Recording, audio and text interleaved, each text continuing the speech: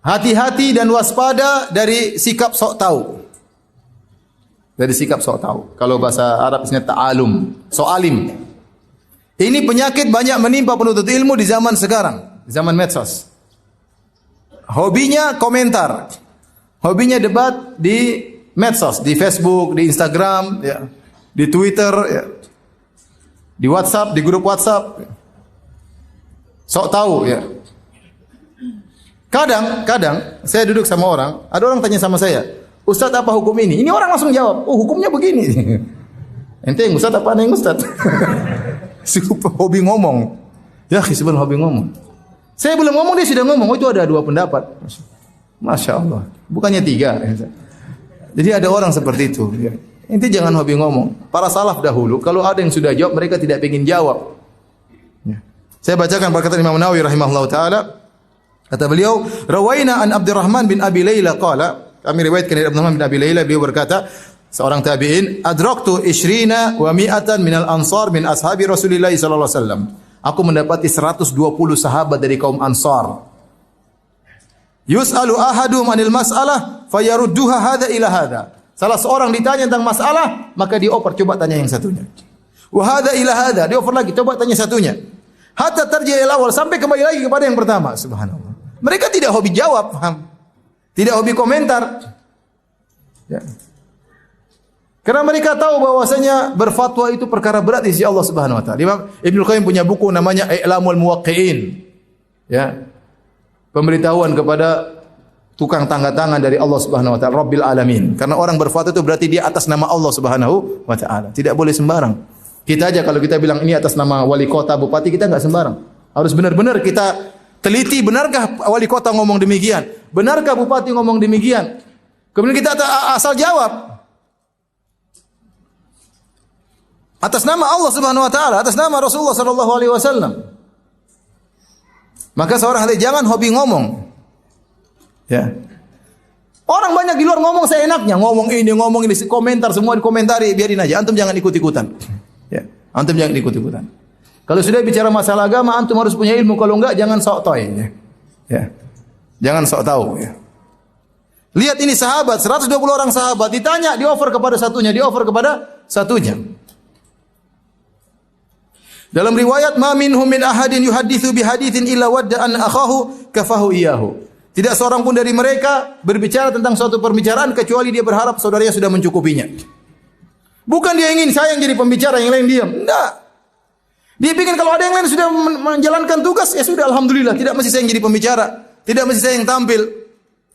Bukan kemudian ada yang tampil kita ributin, ada yang tampil kita, ya sudah biarnya orang punya ilmu biar alhamdulillah. Kalau ada yang jawab alhamdulillah. Ya. Karena kita berbicara atas nama Allah Subhanahu wa taala dan di antara dosa besar kata Allah, wa antaqulu 'ala Allahi ma la ta'lamun. Kau berbicara tentang Allah apa yang kau tidak punya ilmu tentangnya. Maka para ulama mengingatkan, terkadang saya sebagai ustaz ditanya oleh orang, saya kasihan sama orang ini. Kalau saya tidak jawab, repot dia. Dan dia mau tanya kepada siapa? Dia enggak mungkin tanya ulama di Madinah, tanya ulama, dia enggak tahu bahasa Arab ya. Mungkin dia ketemu dengan ustaz sekali ini, entah kapan mau ketemu lagi, masalahnya mendesak. Kadang saya kasihan, saya mau jawab. Kasihan dia, tapi saya tidak tahu jawabannya, mau diapain? Kita ingin menyelamatkan dia, tapi ingat kita juga ingin selamat di akhirat. Jangan sampai karena kita kasihan dia selamat, sudah boleh santai, boleh. Terus kita enggak selamat di akhirat, musibah. Ya. Oleh karenanya, saya hati-hatilah, jangan terlalu banyak ngomong. Antum terlalu banyak apa? Ngomong. Jangan terlalu banyak apa? Komentar ya. Kalau enggak tahu, enggak usah jawab ya. Kemudian lihatlah bagaimana Imam Malik rahimahullahu taala ditanya sekian, mungkin 100 pertanyaan, dia cuma jawab mungkin sekian, mungkin 10, mungkin 20. Mayoritas pertanyaan tidak dia jawab. Ya. Demikian para ulama. Mereka mengatakan la adri, aku tidak tahu. Jadi seorang penuntut ilmu harus melatih dirinya untuk mengatakan la adri, aku tidak tahu. Kita sering hadir majelis Syekh Abdul Muhsin Al-Abbad, bapaknya Syekh Abdul Razak, hafizahullah taala. Sering Syekh Abdul Muhsin kalau ditanya, La adri, saya enggak tahu. Kadang pertanyaan kita dengar kayaknya saya bisa jawab. Ternyata saya bilang apa? La adri, subhanallah. Ternyata kita sok tahu. Benar. Berapa pertanyaan disampaikan kepada Syekh, mungkin kalau saya ditanya saya akan jawab. Syekh, diam sebentar. La adri. Sedikit ada keraguan saja dia enggak mau jawab. Kita ini kadang nekat ya. Semoga Allah maafkan kita ya. Saya cerita tentang diri saya. Artinya Syekh ditanya, kadang saya dalam hati jawabannya gini semua. Tapi Syekh diam sedikit, la adri. Diam sedikit, la adri. Saya tidak tahu. Dari Malik bin Anas rahimahullahu taala, beliau berkata, "Akhbarani rajulun annahu dakhala 'ala al-imam tabi'i Rabi'ah bin Abdurrahman, fawajadahu yabki." Seorang laki mengabarkan kepadaku dia bertemu dengan seorang imam dari golongan tabi'in yaitu Rabi'ah bin Abdurrahman. Maka dia dapati Rabi'ah menangis. Faqala ma yubkika, apa yang buat kau menangis wahai Rabi'ah? Amusibatun dakhalat alaika, apakah ada musibah yang menimpamu wahai Rabi'ah? Seorang imam. Warta'a li bukaihi, maka dia menangis. Faqala la, kata dia bukan ada musibah. Walakin istuftiya man la ilma lahu, tetapi ada orang diminta fatwa padahal dia tidak punya ilmu.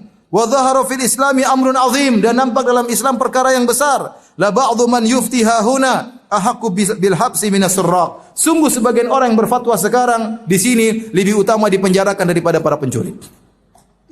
Dia menangis, kenapa? Muncul orang banyak tukang ngomong. Ruwaibidah ngomong, tidak punya ilmu, asal ngomong, ditanya jawab, ngawur jawabannya. Dan itu banyak sekarang di medsos, banyak ngawur. Kata Rabi'ah, kalau bisa dipenjarakan. Kenapa? Karena bahaya. Dan ini yang kita saja sekelas ustaz tidak boleh sembarang jawab. Terkadang kita harus diskusikan sama kawan-kawan. Terkadang perdebatan bisa sejam 2 jam satu masalah. Kalau satu orang haram, boleh. Maka seorang harus melatih diri untuk mengatakan saya tidak tahu. Kalau tidak tahu bilang tidak tahu. Kalau bilang saya belum pernah baca, bilang saya belum pernah baca. Jangan sok tahu. Oh ini masalah harus dimurojaah kembali. Padahal belum baca. Ya akhi subhanallah. Ini ada khilaf ya. Padahal dia belum baca, ada khilaf. Mana pendapat A B dia enggak tahu. Ya ada khilaf. Wallahu alam. Seakan-akan dia sudah pernah baca padahal belum baca. Maka seorang tahu diri ya. Antum lebih selamat tidak usah banyak apa? Ngomong.